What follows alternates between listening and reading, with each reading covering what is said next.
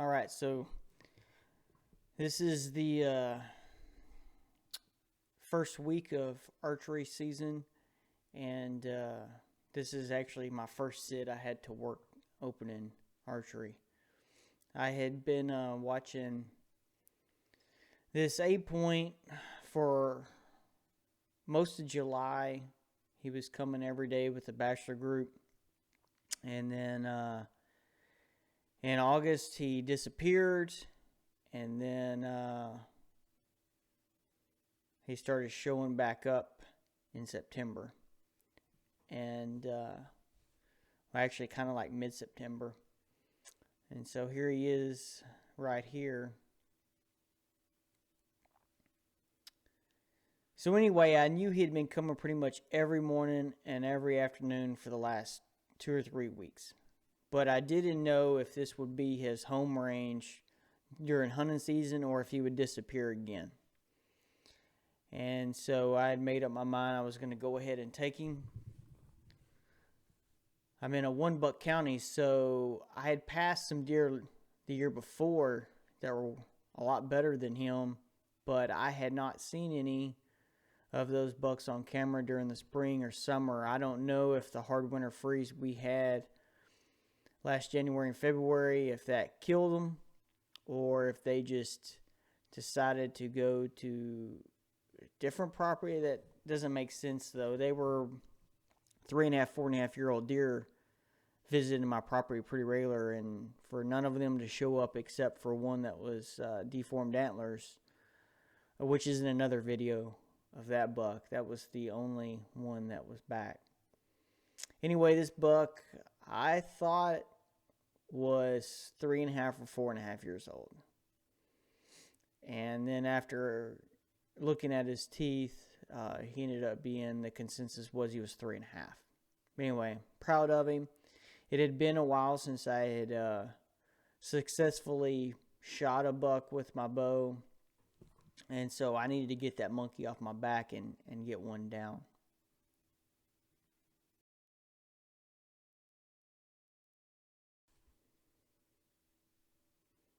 And so anyway, this is a small parcel that I'm hunting. It's only about 13 acres in size. That's the huntable land. But it's a good travel corridor between neighboring properties with deeper woods. And they pretty much have to come through this property. So I try and throw a little bit of corn or something out because all my neighbors hunt and they have corn feeders as well. And I'm just trying to keep as many deer as I can around or bedding close by instead of just walking through.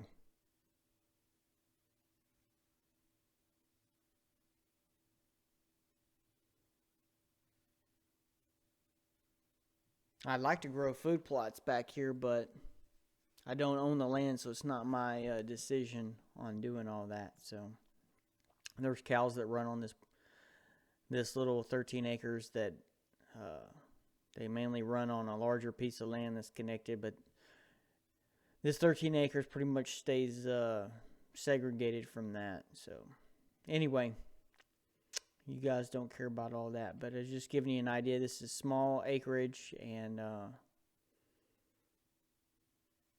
so you can get it done.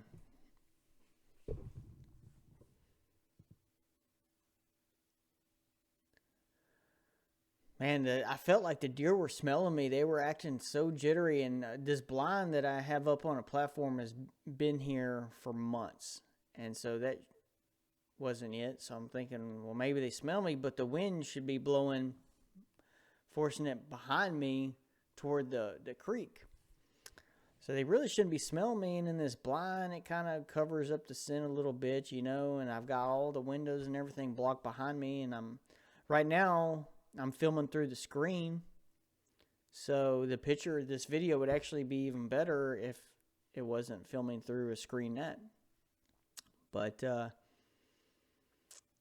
later, there's some hogs that come out, and so what I feel like is the deer see how they're looking back, and that's where the hogs came from. I think the deer know the hogs are there. They're probably back in those woods eating acorns. I don't know it at the time, And so that's why they're kind of nervous, because it was a sounder.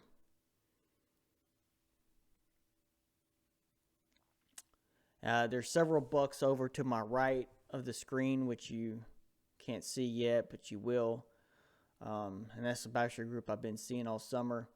So usually the best time for me to hunt this 13 acres is in October, the first few weeks, for patterning the deer anyway. After that, they disperse and they're on my neighbor's property and they're getting hunted there, so they might not make it. Or they're visiting my property because I'm keeping these feeders going as well to keep doe around, and then they're just coming in checking to see if a doe's hot.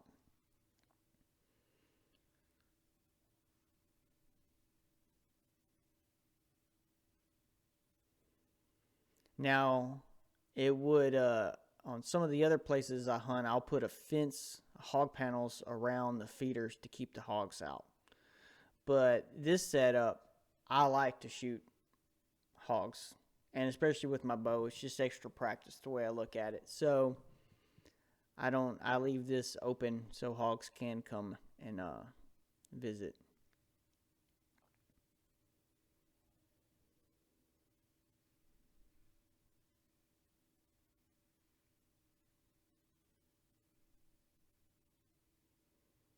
And I'll have 8 or 10 coons on this feeder at night, just working the corn.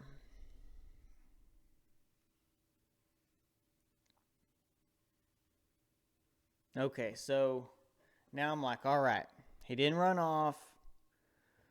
This time I don't realize that there's hogs, so I'm thinking I'm the one making them nervous. And they're smelling me somehow. And I'm just hoping I can get a chance to shoot this buck. I'd been practicing all spring and summer, shooting pretty daily, at least a few times a week. And I went to a heavier arrow setup, shooting. Well, actually now I put a lighted knock on. And so with the lighted knocks, it's 560 grains. But at the time of this kill, I was shooting a 550 grain arrow. And I've shot several hogs with that setup, and they just sliced right on through. But I had yet to shoot a deer with it yet. So I'm anxious to try it out. That feeder is about 20 yards from me, 20 to 25. Like that deer right now is somewhere between 25 and 28 yards behind that feeder. Where that other buck is over to the right, it's about a 30-yard shot. That's another thing I do as well is wherever I'm hunting, I always try and range find certain landscape, things that identifiers where I can see, like, okay, if a deer is coming from there, then I know that brush is 20 yards or that limb is 25. Because a lot of times you don't have time to just sit there and range find. Like I do, obviously, in this situation, I'm sitting here watching them, but when you hunt public land or you're hunting just a trail going to a feed source on private or whatever, you don't have necessarily always the time to range find and watch them. You're having to grab your bow and make a shot. And with the heavier arrow setup, it's slower. So you really got to be dialed in on your yardage. You can't just use a 20-yard pin at 25 and it'll be fine. You'll completely shoot under them.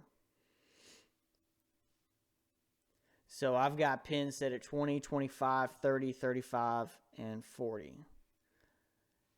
But really 30 and in is pretty much just where I'm hoping to shoot. I don't really want to shoot 35, 40. I practiced it, but I'd prefer not to. Not saying I won't, but I prefer not to shoot that far.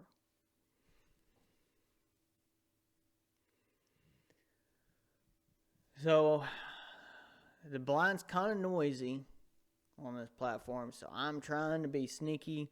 Where I'm shooting, I do have the screen down, and I'm just trying to stay below eye level with my movement so they don't catch it. And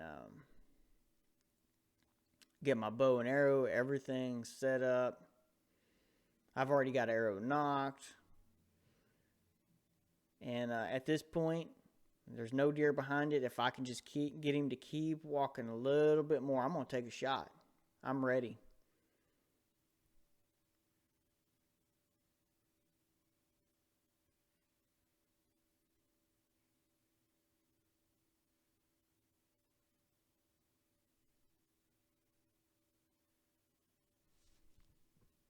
Oh, it's hot too on this day. If you hunt Texas in October, you understand what I mean. You're sweating. This blind doesn't have any kind of draft or very little draft. You got mosquitoes to contend with, which, man, you got to use a Thermacell or mosquito spray. It'll eat you alive. Okay, here's a shot. It's go time.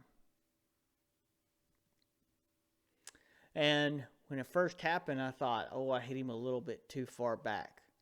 I was like, it was low where I wanted it, but I was like, it's just a little bit far back. I'm hoping I didn't get liver or guts. And he shot out like a cannon.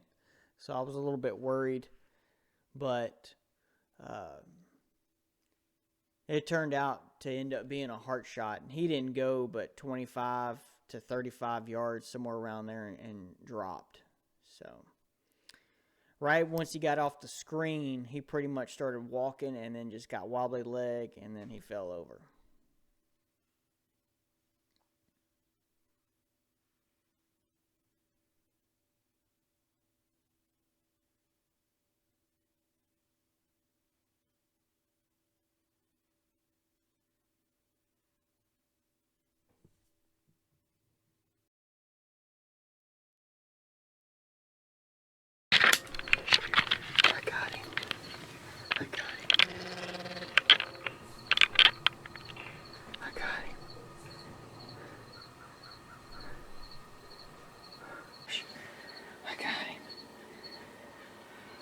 It's been a long time coming to kill a buck. With my bow, it's been a couple years. I've shot two about his size, but I never recovered them. And I think I hit him a little high in the shoulder. I'm pretty sure those deer lived. But I just had a dry spell. And I've been practicing all summer. I went with a heavier setup, 550 grain arrows. And, oh man. A lot of work and time and money's been put into this. And, it's just nice to finally see it pay off after a struggle for a while. I think those other deer are about to come back. They're kind of looking. I hope they don't, though. I want the hogs to show up. There's a bunch of hogs out here I gotta put a licking on.